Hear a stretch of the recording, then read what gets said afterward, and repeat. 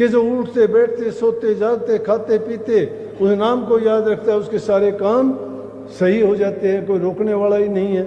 उस सही काम करने के लिए उसे नाम को याद रखो। नाम वो दौलत है कि जो हमें सर्वगुण से भर देती है, सब प्रकार से सर्वांगीण विकास कर देती है हमारा, तन से मन से धन से विचार से हर प्रकार से ख्यालात से पवित्र कर देगी। नाम रूपी दौलत जिसके पास है वो संसार की चीज़ें भले उसके पास ना हो, लेकिन मैं कहता हूँ नाम मिल गया तो उसके पास बड़े से बड़ी दौलत है, उस जैसा कोई धनवान नहीं है।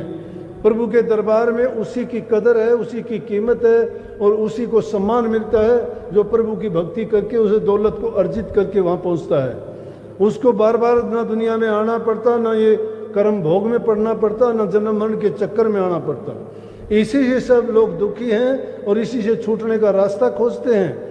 जीते जी भी वो आनंद भोगता है, क्योंकि उसकी इच्छाओं पर, तृष्णाओं पर, कामनाओं पर सब प्रकार से काबू पा लेता है। उसकी चाह चिंता सब की सब मिट जाती हैं, उसके राग द्वेष सब भाग जाते हैं, मन के अंदर प्रेम शांति हिलोरे मारती हैं। और भक्ति के पथ पर जब वो चलता है तो उसका मन डामाडोल नहीं होता।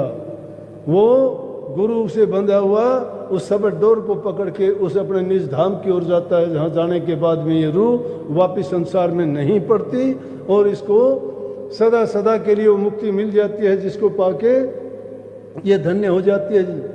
जिसके लिए ऋषि मुनि तपी योगी सन्यासी संत महात्मा फकीर ओलियाओं ने पूरे जीवन की बाजी लगा दी।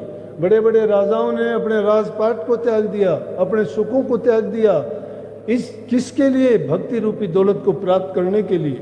तो ये तो हमारे भाग्य की बात है कि इस कलयुग में संतों ने उस शब्द को कितने सहज में प्रकट करके हमें थमा दिया, जो पिछले युगों में बड़ी मेहनत करने के बाद भी प्रकट नहीं कर पाए, नहीं किसी को मिल पाया। लेकिन कलयुग में हमारी वो देखो कि हम भी कितनी जन्म जन्मांतर के कर्मों को भोगते हुए ऐसे अवसर में आए कि कलयुग में हमें संतों की शरण मिली, सत्संग मिला और उनसे वो नाम की दौलत प्राप्त हुई, जिसके कारण हम जिस उद्देश्य से मनुष्य चोले में आए वो हमारा पूर्ण होता हुआ नजर आता है।